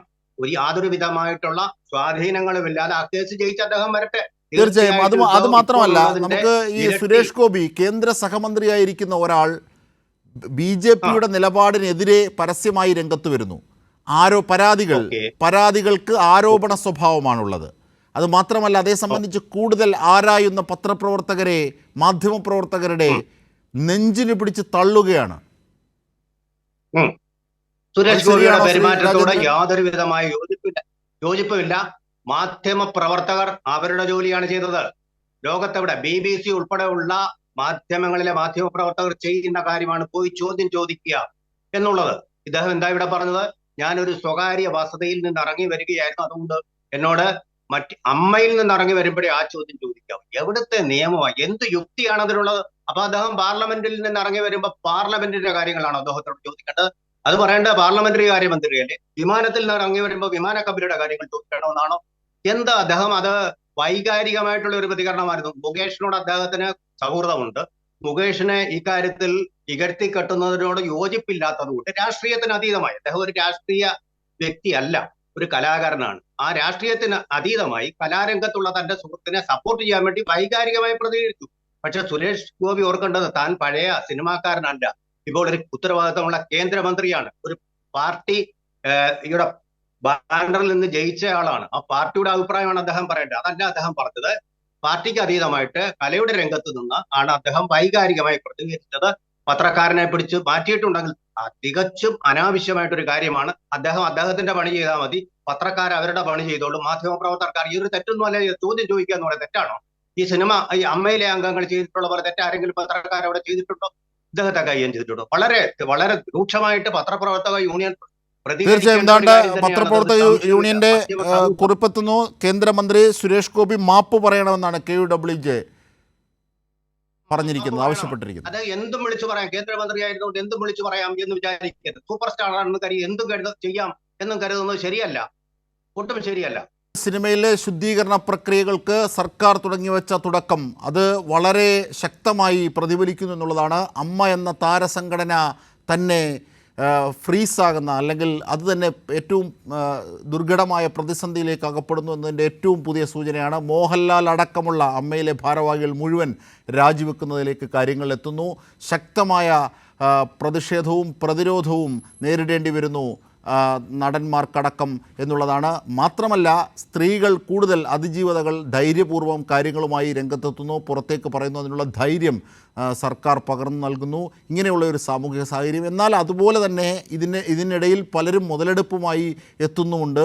അതുകൂടി പരിശോധിക്കപ്പെടുന്നതിലേക്ക് സമഗ്രത നാം കൈവരിക്കേണ്ടതുണ്ട്. തീർച്ചയായും 1000 കുറ്റവാളികൾ രക്ഷപ്പെട്ടാലും ഒരു നിരപരാധി പോലും ശിക്ഷിക്കപ്പെടരുത് എന്ന ജാഗ്രതയാണ് ഒരു ഇന്ത്യൻ പൗരൻ എന്ന നിലയിൽ നമുക്കോരോരുത്തർക്കും വേണ്ടത്. റജി ലൂക്കോസ്, ശരിയല്ലേ? കാരണം എല്ലാവരെയും കാടടച്ച് വെടിവെക്കുന്നത് ശരിയല്ല, സിനിമാ മേഖലയെ മുഴുവൻ. കാരണം നല്ലവരായ കലാകാരന്മാർ അനേകമുണ്ട്. പക്ഷേ അതുപോലെ തന്നെ പുഴുക്കുത്തുകളുണ്ട്, അതുപോലെ തന്നെ സ്ത്രീ വിരുദ്ധരുണ്ട്, അതുപോലെ തന്നെ സ്ത്രീകളെ ശാരീരികമായി ചൂഷണം ചെയ്യുന്ന അടക്കമുള്ള സംവിധാനങ്ങൾ ഒരു എസ്റ്റാബ്ലിഷ്മെൻറ്റ് പോലെ അതിനകത്ത് നിൽക്കുന്നുണ്ട് ചില ഘടകങ്ങളിൽ. പക്ഷേ അത് മാറപ്പെടണം, അത് മാറ്റണം. പക്ഷേ അതിൻ്റെ പേരിൽ നിരപരാധികളെ ക്രൂശിക്കപ്പെടുന്ന ഒരു സാഹചര്യവും സൃഷ്ടിക്കരുത്. ഇത് വലിയൊരു എഫർട്ടാണ്, ഇത് വലിയൊരു പ്രതിസന്ധിയാണ്. റജി ലൂക്കോസ്, ഇത് സ്വാഭാവികമായിട്ട് വന്നു ചേർന്ന ഒരു പ്രതിസന്ധിയാണ്. കാരണം എനിക്ക് തോന്നുന്നത് ഹേമ കമ്മിറ്റിയുടെ ഏറ്റവും വലിയ ഞാൻ നേരത്തെ പറഞ്ഞ ഒരു റിഫ്ലക്ഷൻ, അത് ചെലുത്തിയിരിക്കുന്ന സ്വാധീനം എത്ര വലുതാണെന്നുള്ളൊരു തെളിവാണിത്. മഹാഭൂരിപക്ഷം കലാകാരന്മാരും സിനിമയിലെ ടെക്നീഷ്യന്മാരും മറ്റുള്ളവരെല്ലാം വളരെ മാന്യമായ രീതിയിൽ ജീവിക്കുന്നവരാ, കുടുംബമായിട്ടും അല്ലാത്ത രീതിയിൽ ഉത്തരവാദിത്തത്തോടെ ജീവിക്കുന്നവരാ. ചെറിയൊരു സംഘം മോശക്കാരാണെന്നുള്ളത് ഞാൻ ചർച്ചയുടെ തുടക്കത്തിൽ തന്നെ പറഞ്ഞു. വളരെ മോശക്കാര്, ഒരിക്കലും നമുക്ക് അംഗീകരിക്കാൻ പറ്റാത്ത. ചെയർമാൻ ശ്രീ അജ്മൽ നമ്മോടൊപ്പം ഉണ്ട്. ശ്രീ അജ്മൽ, ഇപ്പോഴത്തെ അമ്മ അടക്കം എത്തിപ്പെട്ടിരിക്കുന്ന പ്രതിസന്ധികളെക്കുറിച്ച് നിങ്ങൾക്ക് എന്താണ് പറയാനുള്ളത്? മാക്ടിക്ക്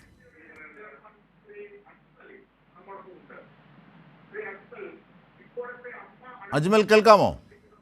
കേൾക്കുന്നുണ്ട്. എന്താണ് ഇപ്പോൾ എത്തപ്പെട്ടിരിക്കുന്ന പ്രതിസന്ധിയെ സംബന്ധിച്ച്? ഇവിടെ അത്യാവശ്യ എല്ലാ കാര്യങ്ങളിലും അറിയാവുന്ന. ഹലോ, പറഞ്ഞോളൂ, കേൾക്കാം. ഇവിടെ ചില ആൾക്കാർ ഇവിടെ ചില കാര്യങ്ങൾക്ക് അവരെ സ്വാർത്ഥ താല്പര്യങ്ങൾക്ക് വേണ്ടി ചില ആൾക്കാർ ഉപയോഗിച്ചിട്ട് എന്തൊക്കെയോ ചെയ്യുന്നൊരു തോന്നൽ എനിക്ക് തോന്നിയിട്ടുണ്ട്. ബ്ലാക്കിലുമായി ബന്ധപ്പെട്ടിട്ട് ഒരുപാട് കേസുമായിട്ട് ബന്ധപ്പെട്ട് എന്റെ ഓഫീസിലേക്ക് ഒരുപാട് സാധനം വന്നിട്ടുണ്ട്. അതില് ഈ നടിമാരെ ചോദിച്ചപ്പോ ഈ കാര്യങ്ങളൊക്കെ ചോദിച്ചപ്പോൾ ഇവരൊന്നും സത്യാവസ്ഥ ഒന്നും പറയുന്നില്ല. അവർ പേര് പറയാൻ പാടില്ല, ഇവരെ പേര് പറയാൻ പാടില്ല. പേര് പറയാതെ നമ്മൾ കാര്യം ഇടപെടണം. അത് ഇടപെടാൻ മാക്ട പ്രൊട്ടക്ഷൻ പറ്റില്ല. ഇതിൽ ചീറ്റിംഗ് നടക്കുന്നുണ്ട്. നിസ്സാര ചീറ്റിംഗ് അല്ല. അജ്മൽ, അതിനകത്തൊരു വ്യക്തത വേണം. അജ്മൽ, ഈ മാക്ടയെ സംഘടന എന്ന നിലയിൽ പരാതിയുമായി ഈ ഇത്തരം പീഡനത്തിനിരയായവർ സമീപിച്ചിട്ടുണ്ടോ? ഉണ്ട്, ഉറപ്പായിട്ടും ഉണ്ട്. അത് എപ്പോഴൊക്കെയാണ് സമീപിച്ചത്? ഒരാഴ്ചയായിട്ട് ഞങ്ങളടുത്ത് പല പ്രാവശ്യമായി പല ആൾക്കാരും ഞങ്ങളുടെ പരാതിയുമായി ബന്ധപ്പെട്ട് വന്നിട്ടുണ്ട്. ഈ മീഡിയാസിൽ വന്നിട്ടുള്ളവരാണോ അതോ അല്ലാതെയാണോ? അല്ലല്ല, പുതിയ ആൾക്കാരാണ്. പുതിയ ആൾക്കാർ വന്നിട്ടുണ്ട്. പക്ഷെ അവരോട് പറഞ്ഞ ഒരു കാര്യം ഞാൻ ഒരു കാര്യം ചോദിക്കാം. നിങ്ങളൊരു കാര്യം ചെയ്യും, നിങ്ങളുടെ പരാതി ഒരു എഴുതിത്താ അവർ എഴുതരാൻ പറ്റില്ല. ഇപ്പൊ ഞാൻ അജ്മൽ, ഞാൻ തിരിച്ചെത്താം. വളരെ ഗൗരവമായ കാര്യങ്ങളാണ് താങ്കൾ പറയുന്നത്. മാക്ടയെയും അതിജീവിതകൾ സമീപിക്കുന്നു എന്നുള്ളതാണ്. പക്ഷേ അവരുടെ കാര്യങ്ങൾ വെളിപ്പെടുത്താനാകുന്നില്ല. ഇപ്പോൾ ഇതാ ഷമ്മി തിലകൻ മാധ്യമങ്ങളെ കാണുന്നു. ഞാൻ അതിലേക്ക് തിരിച്ചെത്താം. ആരോപിതരായിട്ടുള്ള ആൾക്കാർ മാത്രം രാജിവെച്ചാൽ മതിയായിരുന്നു. ഒരു അനിശ്ചിതത്വം ഉണ്ടായില്ലേ സംഘ അംഗങ്ങളിൽ? ഞാൻ അംഗമല്ല എങ്കിലും ഞാനും കൂടെ ഒരു സ്ഥാപക അംഗമായ ഒരു സംഘടനയാണല്ലോ. അപ്പോൾ തീർച്ചയായിട്ടും അതിൻ്റെ ഒരു വിഷമം എനിക്കുണ്ടാവും. ആ വിഷമം ഞാൻ പ്രകടിപ്പിക്കുന്നു.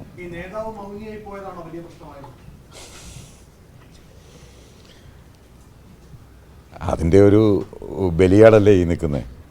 അദ്ദേഹത്തിൻ്റെ ആ മൗനം കാരണം. അല്ലെങ്കിൽ ഞാനും ഇങ്ങനെ നിൽക്കേണ്ടി വരുമല്ലോ. എനിക്ക് അതിനെക്കുറിച്ച് അത്രേ പറയാനുള്ളൂ.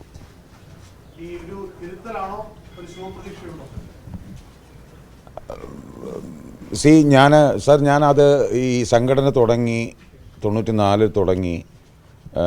എനിക്ക് എൻ്റെ ഓർമ്മ ശരിയാണെങ്കിൽ 94, 3, 97, 97 തോന്നുന്നു. അന്ന് കൂടിയ ജനറൽ ബോഡിയിൽ ഞാൻ, മഹേഷ്, ഇടവേള ബാബു, പിന്നെ ഒരാളും കൂടെ ഉണ്ട്. ഞങ്ങളെല്ലാവരും കൂടി യുവ തുർക്കികൾ എന്നും പറഞ്ഞ്, തിരുത്തൽവാദികൾ എന്നും പറഞ്ഞുകൊണ്ട് അന്നത്തെ പ്രമുഖ പത്രങ്ങളിലെല്ലാം ഫ്രണ്ട് പേജിൽ മധുസാറായിരുന്നു അന്ന് പ്രസിഡൻ്റായിട്ട് വന്നത്. അങ്ങനെ വന്നതാണ്. അതൊരു കാലം, അതിനിപ്പോൾ പറഞ്ഞിട്ട് കാര്യമില്ല.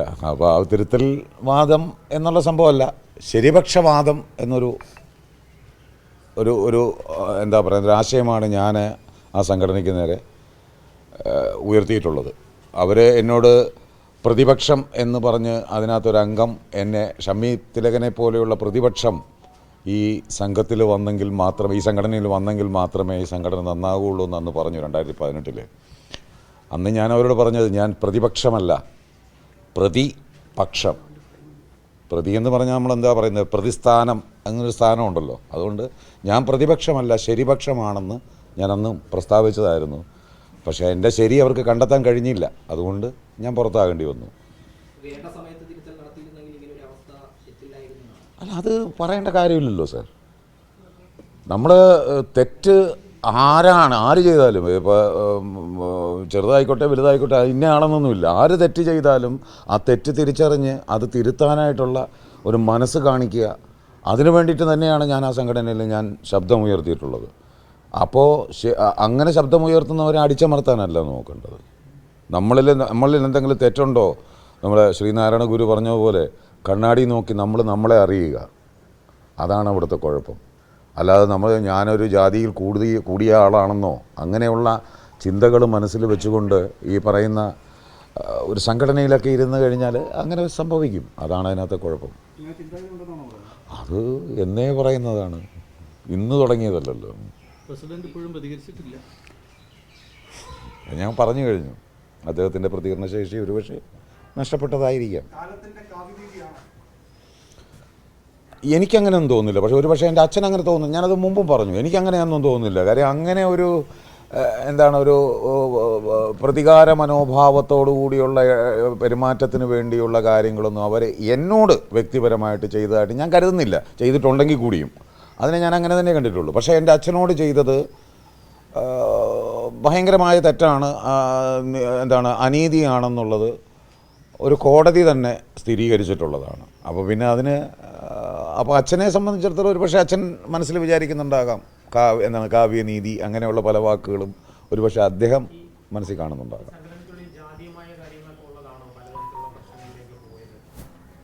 സാർ അത് ഇന്നും ഇന്നലെയും പറയുന്നതല്ല, സ്ഥാപിതമായപ്പോൾ മുതൽ അതിൻ്റെ ഒരു ജാതിമായ സംഭവം തന്നെയാണ് നടന്നു വന്നിട്ടുള്ളത്. അതിലല്ലെന്ന് പറഞ്ഞു കഴിഞ്ഞാൽ ഞാൻ സമ്മതിക്കില്ല. തെളിവ് വേണമെങ്കിൽ നമുക്ക് ഹാജരാക്കാനായിട്ട് കയ്യിലുണ്ട്, ആ രേഖ കയ്യിലുണ്ട്.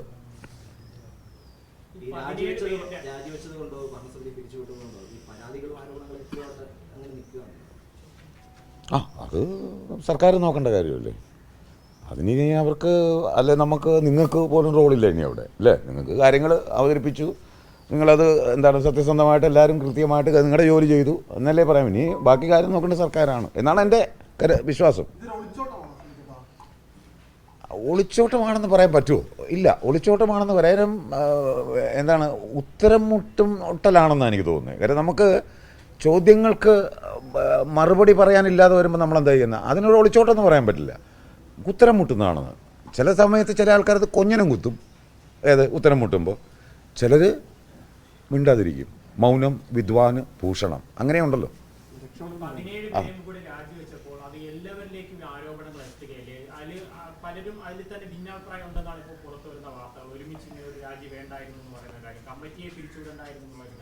അത് തീർച്ചയായിട്ടും ശരിയല്ലേ.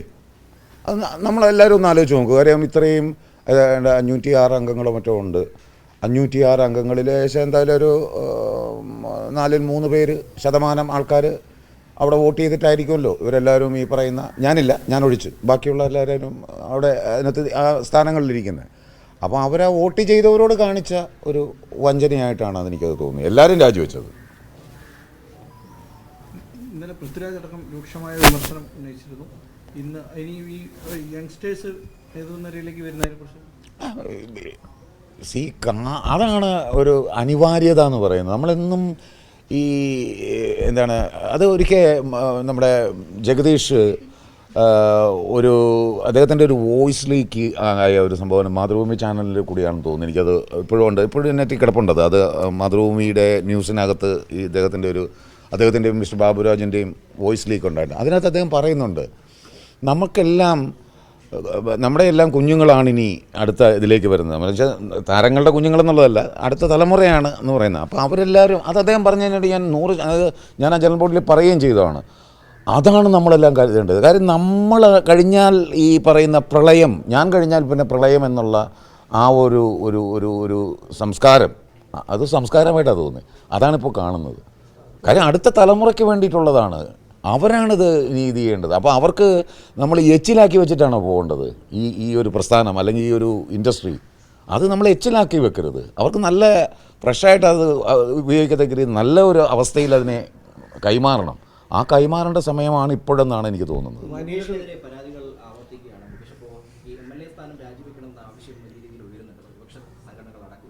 എത്ര പരാതികൾ?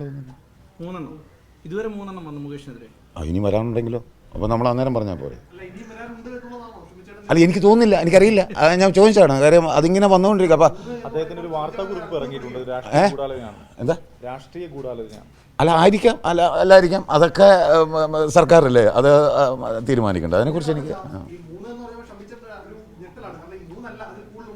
അല്ലെങ്കിൽ ഈ സാഹചര്യത്തിൻ്റെ ഒരു പോക്ക് കണ്ടിട്ട് അങ്ങനെ ഇനി വരാമോ എന്നുള്ള കാര്യം. നമ്മൾ രാവിലെ എഴുന്നേൽക്കുമ്പോൾ എനിക്കൊന്നും അറിയില്ല. ഞാൻ ഈ രാജ്യത്തേ ഉള്ളതിനല്ല, സത്യമാണ്.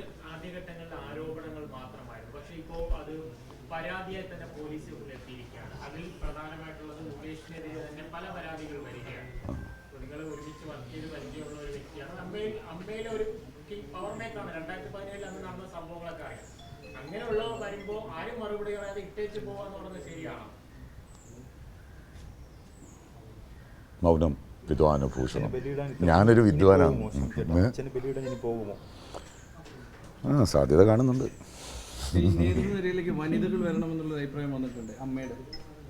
വരണം. അത് ഒരു പുതിയ അതിനകത്ത് ജനറൽ അവരുടെ ബൈലോയിൽ തന്നെ ഉണ്ടത്. നേതൃനിരയിൽ വരണമെന്നുള്ളത് ബൈലോയിൽ തന്നെ പറയുന്നുള്ളത്. അത് വരണം. അതിനകത്ത് എന്താ തെറ്റ്? അത് വരണം.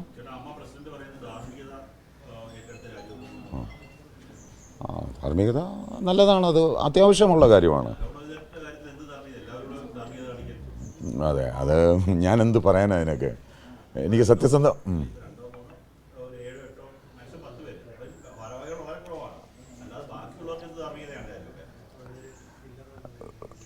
ഞാൻ പറഞ്ഞില്ലേ, ഞാനത് കഴിഞ്ഞ ദിവസം പറഞ്ഞു. 2005 വിവരാവകാശ നിയമം ഇംപ്ലിമെൻ്റ് ആയിട്ടും വിവരമില്ലാതെ ജീവിക്കുന്ന നമ്മളെക്കുറിച്ച് അതിനെക്കുറിച്ച് എന്ന് പറയുന്ന പോലെയാണ്. അവർക്ക് അത്രേ എനിക്ക് പറയാനുള്ളൂ, വിവരമില്ലായ്മ.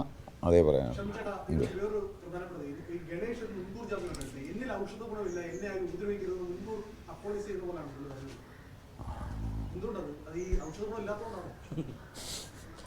അല്ലേ, ഔഷധം കുറച്ച് കഴിയുമ്പോൾ തീർച്ചയായും സംഘടനയെ ആകെ പ്രതിസന്ധിയിലാക്കുന്ന രീതിയിലുള്ള കൂട്ടരാജി ശരിയായില്ല. ആരോപണ വിധേയർ മാത്രം രാജിവെക്കണമെന്നതാണ് ഉദ്ദേശിച്ചതെന്നാണ് ഷമി തിലകൻ്റെ അഭിപ്രായം. ഇപ്പോൾ മാക്ടയുടെ ചെയർമാൻ അജ്മൽ തന്നെ ചേരുകയാണ്. അജ്മൽ, നിങ്ങൾ മാക്ട ഫെഡറേഷൻ അല്ലേ? അജ്മൽ ലൈനിലുണ്ടോ? അജ്മൽ ലൈനിലുണ്ടോ? ഉണ്ട്. നിങ്ങൾ മാക്ട ഫെഡറേഷൻ അല്ലേ? മാക്ട ഫെഡറേഷൻ ചെയർമാനാണ്. ഓക്കെ. അജ്മൽ, ഏറ്റവും പ്രധാനപ്പെട്ട ഒരു വസ്തുതയായി അജ്മൽ ഇപ്പോൾ സൂചിപ്പിച്ചത് നിരവധി പേർ, അതായത് ഈ പ്രശ്നങ്ങളൊക്കെ ഉണ്ടായി ഈ ഒരാഴ്ച കൊണ്ടാണ് അല്ലേ? നിരവധി പേർ നിങ്ങളെ ഇത്തരത്തിൽ പീഡനമേറ്റിട്ടുണ്ട് എന്ന് പറഞ്ഞുകൊണ്ട് നിരവധി സ്ത്രീകൾ സമീപിച്ചിട്ടുണ്ട് പരാതിയുമായി അല്ലേ? ഉണ്ട്, ഒരുപാട് പരാതിയുമായി ബന്ധപ്പെട്ട് വന്നിട്ടുണ്ട്. എത്ര പരാതി എത്തിക്കാണും? എന്തായാലും ഒരു 10-12 പരാതി വന്നിട്ടുണ്ട്. ഈ 12ഉം ഇപ്പോൾ മീഡിയയിൽ കാണുന്നതല്ല, പുതിയ പരാതികളാണ്. പുതിയ പരാതികളാണ്. ഇവരൊക്കെ അറിയപ്പെടുന്ന നടിമാരാണോ? ഞാൻ അറിയപ്പെടുന്നവരുണ്ട്, അറിയപ്പെടാത്തവരുണ്ട്. അറിയപ്പെടുന്നവരുമുണ്ട്. ഉണ്ട്. ഇവർ എത്ര നാളായി ഈ മേഖലയിൽ നിൽക്കുന്നവരാണ്? അപ്പൊ അതിൽ സംശയം തോന്നിയത്, ഞാൻ ഈ പരാതി തന്ന 3 പേരെ ഞാൻ വിളിച്ചപ്പോ അവര് ഒരു പരാതി എടുത്ത പോലീസിലേക്ക് കൊടുക്കുന്നവര് തയ്യാറാകുന്നില്ല. ഇതിലെ ഡൗട്ട് വന്നത് എനിക്ക്. നമ്മള് ചിലവര് എന്തറിയോ, നമുക്ക് എല്ലാ മേഖലയും എല്ലാം സംഭവിക്കുന്നെങ്കിൽ പോലും ഒരു സംഭവത്തിന്റെ ഒരു പരാതി തന്നാൽ ആ പരാതി അന്വേഷിക്കേണ്ട ഒരു കടമ ഒരു സംഘടന ഞങ്ങൾക്കുണ്ട്. ഇത് അന്വേഷിക്കുന്ന സമയത്ത് ഇതിൽ പല പരാതികളും ആരോ എന്തോ പറഞ്ഞു വിട്ട പരാതി പോലെ ഉണ്ട്.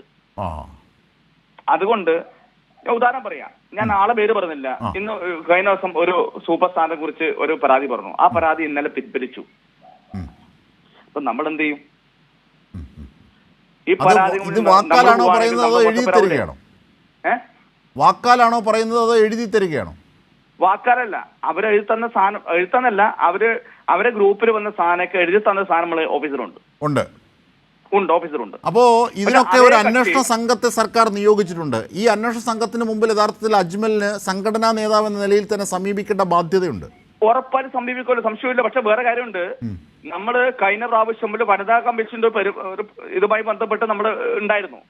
അതില് ഫിലിം ചേംബറിൽ മീറ്റിംഗ് ഉണ്ടായിരുന്നു, സെക്രട്ടറിയിൽ മീറ്റിംഗ് ഉണ്ടായിരുന്നു, വനിതാ കമ്മീഷൻ മീറ്റിംഗിൽ വിളിച്ചായിരുന്നു. അതിൽ ഞങ്ങൾ ഉൾപ്പെടുത്തിയിട്ട് പരിപാടി ചെയ്തപ്പോഴ് ഫിലിം ചേംബറിൽ നമ്മുടെ മീറ്റിംഗിൽ വിളിച്ചപ്പോൾ അവിടെ നമ്മുടെ ഔദ്യോഗികമായിട്ട് ബന്ധപ്പെട്ട് അവിടെ പോകേണ്ട ആൾക്കാരെ ഞങ്ങൾ പോകാൻ തയ്യാറായിരുന്നു, എല്ലാം ഓക്കെ ആയിരുന്നു. അവിടുന്ന് ഫിലിം ചേംബറിൽ ഒരു ഓർഡർ വന്നു, നിങ്ങൾ മാക്ടയുമായി ബന്ധപ്പെട്ട് നിങ്ങൾക്ക് ഇവിടെ വരാൻ പറ്റില്ല, ഒരു സാധനം വന്നു. എന്ന് വെച്ചാല് മനസ്സിലായില്ല, ഒരിക്കൽ കൂടി ഒന്ന് ക്ലിയർ ആക്കി തരുമോ അജ്മൽ? വനിതാ കമ്മീഷനുമായി ബന്ധപ്പെട്ടിട്ട് ഒരു മീറ്റിംഗ് വിളിച്ചായിരുന്നു, സ്ത്രീകളെ ഉപദ്രവിക്കുന്ന കേസുമായി ബന്ധപ്പെട്ട്. ആ കേസുമായി ബന്ധപ്പെട്ട് ട്രിവാൻഡ്രത്ത് ഞാനും ബൈജു കൊട്ടായിൽ ഒരുമിച്ച് പങ്കെടുത്ത് ഒരുമിച്ച് പ്രസ് മീറ്റിംഗ് നടത്തിയതാ. സിബി മലിനുണ്ടായിരുന്നു, അവിടെ വേണ്ടപ്പെട്ട ഫെഫ്റ്റിയുടെയും മാക്ടയുടെയും ചെയർമാൻ എല്ലാ ആൾക്കാരും ഉണ്ടായിരുന്നു, എല്ലാ സിനിമാ സംഘടനയും ഉണ്ടായിരുന്നു. അപ്പൊ അവിടുന്ന് എല്ലാരും കൂടി ഒരു സംഭവം ഉണ്ടാക്കി. എന്തിന്? മലയാള സിനിമ ശുദ്ധീകരിക്കാൻ വേണ്ടി എന്തൊക്കെയോ സംഭവം ഉണ്ടാക്കി. അത് ഫിലിം ചേംബറിനെ ഏൽപ്പിച്ചു. ഫിലിം ചേംബറിനെ ഏൽപ്പിച്ച് ഞങ്ങളെല്ലാം പോയി. പിന്നെ ഒരു മീറ്റിങ്ങിന് യഥാർത്ഥ സ്ഥാനം കമ്മിറ്റി തീരുമാനിക്കുന്ന സമയത്ത് ഞങ്ങൾ ഒഴിവാക്കി.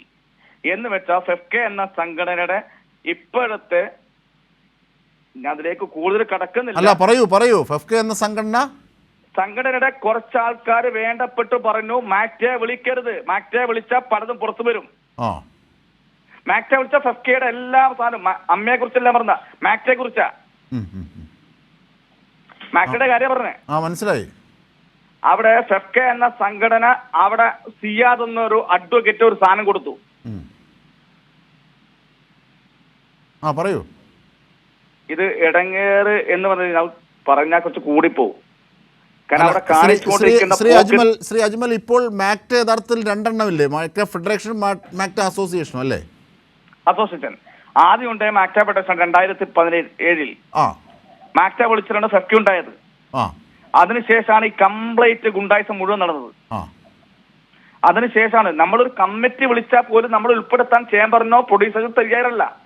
കാരണം ഞങ്ങളുടെ എല്ലാ യഥാർത്ഥ കാര്യങ്ങളുണ്ട്, അവര് പറയില്ല. അപ്പോൾ നിങ്ങൾക്ക് അന്വേഷണ സംഘത്തെ സമീപിച്ചാൽ, ഇപ്പോൾ നിലവിലൊരു അന്വേഷണ സംഘത്തെ സർക്കാർ നിയോഗിച്ചിട്ടുണ്ടല്ലോ, അവരുടെ ആദ്യ യോഗം കഴിഞ്ഞ നടപടികൾ തുടങ്ങി. അപ്പോൾ അവരെ സമീപിക്കുമോ നിങ്ങൾ? ഞാൻ ഉദാഹരണം പറയാം. ഞങ്ങൾക്ക് ഏറ്റവും വിശ്വാസം അറിയോ, ഞാൻ ഒന്നും പറഞ്ഞ നിഷ്പക്ഷ പറയാണ്, രാഷ്ട്രീയ വിട്. എന്തായാലും ഇടതുപക്ഷ ജനാധിപത്യ മുന്നണി ഉണ്ടായത് കൊണ്ട് മാത്രമാണ് ഇന്ന് ഹേമ കമ്മീഷൻ റിപ്പോർട്ട് വരെ വന്നത്. പൂഴ്ത്തി വെച്ചാൽ ചില 5 ഭാഗമോ 6 ഭാഗമോ മാറിയിട്ടുണ്ട്. എങ്കിൽ പോലും അതുപോലും വരണമെങ്കിൽ ഇടതുപക്ഷ ഗവൺമെന്റ് ഉണ്ടായില്ലെങ്കിൽ വരില്ലായിരുന്നു, വേറെ ഗവൺമെന്റ് ആണ് വരില്ലായിരുന്നു. ശ്രീ അജ്മൽ പറയൂ, അജ്മൽ ധൈര്യമായി പറയൂ. അതായത് എന്തൊക്കെയാണ് ഇപ്പോൾ മാക്ട ഫെഡറേഷന് മുമ്പിൽ നിൽക്കുന്ന പരാതികൾ? ആരാണ് ഇതിനെ പൊളിക്കാനായി ശ്രമിക്കുന്നത്? അതിനുള്ള താങ്കളുടെ പക്കൽ അതിനുള്ള തെളിവുകളുണ്ടോ? അടക്കം സമഗ്രമായി ഉറപ്പായിട്ടും ഒരു പവർ കമ്മിറ്റി, വിനയൻ സാറ് പറഞ്ഞ ഒരു പവർ കമ്മിറ്റി ഉണ്ട് ഇവിടെ. പക്ഷെ ഞാൻ ഓരോ വ്യക്തിയെ പറയുന്നില്ല, എല്ലാം ഞങ്ങളുടെ കയ്യിൽ വ്യക്തമായ തെളിവുണ്ട്, ഒരു സംശയമില്ല. ഓൾറെഡി ഒരു ജൂനിയേഴ്സ് സംഘടന ഞങ്ങൾക്കുണ്ട്, അവർ ഒരുപാട് പരാതി ഞങ്ങൾക്ക് തന്നിട്ടുണ്ട്. ജൂനിയർ ആർട്ടിസ്റ്റ് ജൂനിയർ ഞങ്ങൾക്ക് മാത്രമേ ഉള്ളൂ, ഫെഫ്കയ്ക്കില്ല. ഞങ്ങളിലുണ്ട് പരാതി ഉണ്ട്, ഞങ്ങൾ പറയുന്നുണ്ട്. പക്ഷെ അവര് ഡയറക്റ്റായി കൊടുക്കാതുകൊണ്ട് മാത്രമാണ്, പോലീസിന് സമീപിക്കാതുകൊണ്ട് മാത്രമാണ് ഞങ്ങൾ ഉണ്ടായിരിക്കുന്നത്. കാരണം അവരുടെ അഭിപ്രായം വേണമല്ലോ, ഞങ്ങളുടെ അഭിപ്രായം മാത്രം പോരല്ലോ, അവർക്കും വേണ്ടേ, അവര് പറയണ്ടേ, ഞങ്ങൾ ഇങ്ങനെ ഉപദേശിച്ച് പറയണ്ടേ. അതെ പരാതി അവരെ ഉണ്ട്. പക്ഷെ ഞങ്ങൾക്ക് എന്താ പറയാ, അവര് പരാതി തന്നിട്ട് മാത്രം കാര്യമില്ലല്ലോ, നമ്മൾ അത് ഒരു പോലീസിന് കൊടുക്കണമെങ്കിൽ അവർ ഉറച്ചേക്കണ്ടേ. അല്ല, ഈ മാക്ട ഫെഡറേഷൻ അടുത്ത നടപടി എന്തുവാണ്? കാരണം ഈ ജൂനിയർ ആർട്ടിസ്റ്റുകളാണോ നിങ്ങളുടെ മുമ്പിൽ പരാതിയുമായി എത്തിയത്? അജ്മൽ, സപ്പോർട്ട് ആർട്ടിസ്റ്റ് യൂണിയന്റെ പ്രസിഡന്റ് കൂടി ഞാനാ. എനിക്ക് ഒരുപാട് പരാതികളുണ്ട്. കോഴിക്കോട്, തൃശ്ശൂര്, തിരുവനന്തപുരം പരാതി അത്യാവശ്യം ഓഫീസുണ്ട്. ഇത് താൽക്കാലികമായിട്ട് ഇവരോട് ചോദിക്കണമല്ലോ, ഈ പരാതിയുമായി മുന്നോട്ട് പോകാൻ പറ്റുമോ? അജ്മൽ, ഈ പരാതികൾ മാക്ട ഫെഡറേഷന് മുന്നിൽ പരാതികൾ എത്തുമ്പോൾ ഇത് മുക്കാൻ ഏതെങ്കിലും സംഘടനകൾ ശ്രമിക്കുന്നു എന്നാണോ അജ്മലിന്റെ ആരോപണം? 100% ഉണ്ട്. അത് ഏത് സംഘടനയാണ്? ഞാൻ ആളെ പേരൊന്നും പറഞ്ഞില്ല. അത് ഏത് സംഘടനയാണ്? ആരാണ് പറയൂ. ഫെഫ്കയെ ബന്ധപ്പെട്ട കുറെ നേതാക്കന്മാര്, അമ്മയായിട്ട് ബന്ധപ്പെട്ടോ ഫെഫ്കയെ ബന്ധപ്പെട്ട കുറെ ആൾക്കാർ എന്നെ വിളിക്കാറുണ്ട്. ആളെ പേര് ഞാൻ പറയുന്നില്ല. അവരെന്താണ് പറയുന്നത്? ഞാൻ അവരുമായിട്ട് അത്ര ബന്ധമുണ്ട്. അവരെന്താണ് പറഞ്ഞതെന്ന് പറയൂ. അവര് പറയുന്നത്, ഇത് നമുക്ക് എല്ലാം ഒരുമിച്ച് പോയിക്കൂടെ, നമ്മൾ എന്തിനാ ഈ പ്രശ്നത്തിലേക്ക് പോകുന്നേ, നമുക്ക് ഒരുമിച്ച് കൂട്ടായ്മ പോയിക്കൂടെ, എന്തിനാ പ്രശ്നം ഉണ്ടാക്കുന്നേ, മലയാള സിനിമയിൽ മാത്രമല്ല പുറത്തൊക്കെ സംഭവം ഉണ്ടല്ലോ, നമുക്ക് എന്തിനാ ഈ അതിലേക്ക് പോകണ്ടല്ലോ, നമുക്ക് ഒരുമിച്ച് പോയിക്കൂടെ വിളിക്കുന്ന നമ്മുടെ ഞാൻ ആളെ പേര് പറഞ്ഞില്ല, ഉണ്ട്. ഫെഫ്കയുടെ നേതാക്കന്മാരെ വിളിച്ചിട്ടുണ്ട്. നിലവിലത്തെ നേതാക്കന്മാരും ഉണ്ട്. നേതാക്കന്മാരെ വിളിക്കുന്നത് താഴെ കിടക്കുന്ന ആരും എന്നെ വിളിക്കാറില്ല. അമ്മയുടെ നേതാക്കന്മാരെ വിളിക്കാറുണ്ട്. അവരെന്താണ് പറയുന്നത്?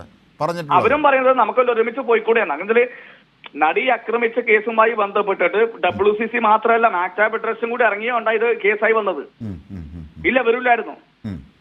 ബഹുമാനപ്പെട്ട നമ്മുടെ ഇപ്പോഴത്തെ മുഖ്യമന്ത്രിയുടെ ഇച്ഛാശക്തി കൊണ്ടാണ് ഇതുവരെ ഹേമ കമ്മിറ്റിയിലെ ചിലപ്പം കുറച്ച് മാസങ്ങൾ ലേറ്റായ പോലും ആ മുഖ്യമന്ത്രിയുടെ പവർ കൊണ്ട് ഇവരെ എത്തിയല്ലോ. എന്തായാലും സന്തോഷമുണ്ട്.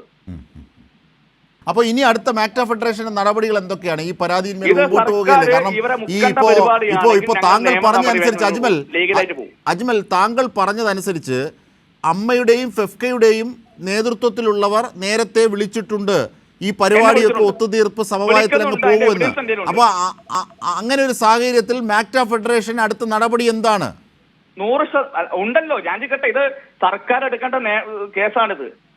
മൊഴി കൊടുക്കേണ്ടവര് മൊഴി കൊടുക്കേണ്ട സ്ഥലത്ത് കൊടുക്കണം. അല്ല, മാക്ട ഫെഡറേഷന്റെ അടുത്ത നടപടി എന്താണ്? ഈ ലഭിച്ച പരാതികളുടെ അടിസ്ഥാനത്തിൽ അത് അന്വേഷണ സംഘത്തിന് മുന്നിൽ അവതരിപ്പിക്കുമോ? അന്വേഷണ സംഘത്തിന്റെ മുമ്പിൽ മാക്ടയ്ക്ക് ലഭിച്ച ഈ പരാതികൾ സമർപ്പിക്കുമോ? കഴിഞ്ഞ പ്രാവശ്യം നമ്മുടെ വനിതാ കമ്മീഷന്റെ മീറ്റിംഗിന് വിളിച്ച് ഞങ്ങളെ ഉൾപ്പെടുത്തിയിട്ട് ഫിലിം ചേംബറിന്റെ മീറ്റിംഗിൽ, അവിടെയാണ് മീറ്റിംഗ് എടുത്തത്, കൊച്ചിയിലെ സംഭവം, അവിടെ ഞങ്ങളെ ഒഴിവാക്കി.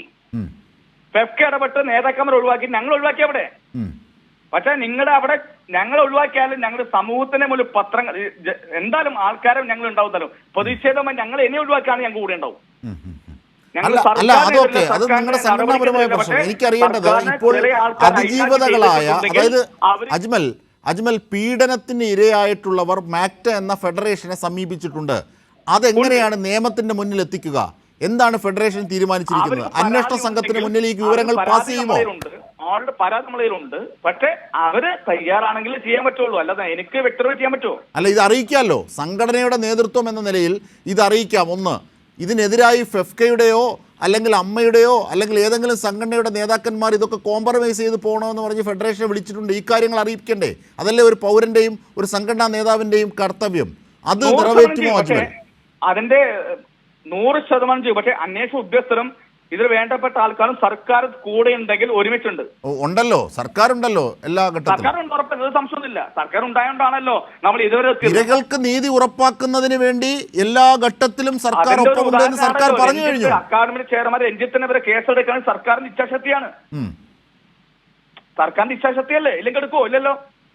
തീർച്ചയായും ഇനിയും തുടർന്നുള്ള ചർച്ചകൾക്ക് അജ്മലിനെ അടക്കം ഞങ്ങൾക്ക് ബന്ധപ്പെടാം. അജ്മലിന് ഒപ്പം അന്വേഷണ സംഘത്തോട് അജ്മൽ ഈ കാര്യങ്ങളൊക്കെ പറയും എന്നാണ് അജ്മൽ ഇപ്പോൾ പറഞ്ഞിരിക്കുന്നത് കേരള ന്യൂസിനോട്.